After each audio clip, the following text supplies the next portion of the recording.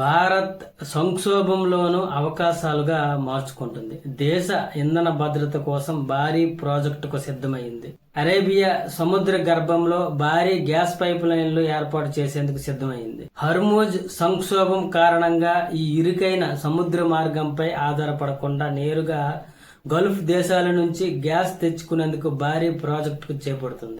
UAE, Oman నుంచి నేరుగా Bharat gas వచ్చే ప్రతిపాదన ప్రాజెక్టుకు సుమారు 40,000 కోట్లు ఖర్చు అవుతుందని అంచనా వేస్తున్నారు. దీని నిర్మాణం పూర్తి కావడానికి 5 నుంచి 7 ఏళ్ల పడుతుందని పెట్రోలియం మంత్రిత్వ శాఖ వర్గాలు తెలుపుతున్నాయి. అయితే private consortium South Asia Gas Enterprise నిర్వహించిన అధ్యయనం ఆధారంగా ఒక నివేదిక సిద్ధం చేయమని ప్రభుత్వ రంగ సంస్థలైన GAIL, Engineers India, Indian Oil Corporation మంత్రిత్వ శాఖ కోరుతున్నట్లు నివేదికలు పేర్కొన్నాయి. అయితే యుఏఈ, ఒమాన్ మీదుగా అరేబియా సముద్రం గుండా ఈ పైప్ లైన్ వెళ్తుంది. 2,500 ట్రిలియన్ల క్యూబిక్ అడుగు గ్యాస్ నిల్వలు ఉన్న Oman, UAE, Saudi Arabia, Iran, Turkmenistan, Qatar నుంచి గ్యాస్ పొందేందుకు ఈ పైప్ లైన్లు భారతదేశానికి వీలు కల్పిస్తుంది.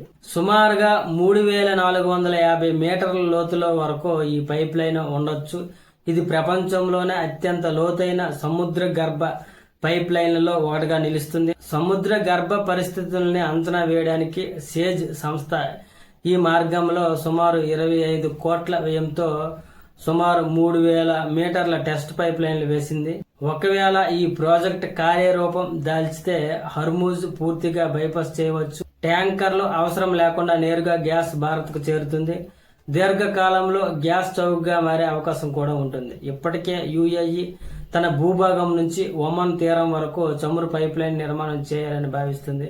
ఇదే జరిగితే హర్మూజ్ ద్వారా వెళ్లాల్సిన అవసరం లేదు. అలాగే ఒమన్ తీరం నుంచి చమురు ట్యాంకర్లు భారత్ చేరవచ్చు.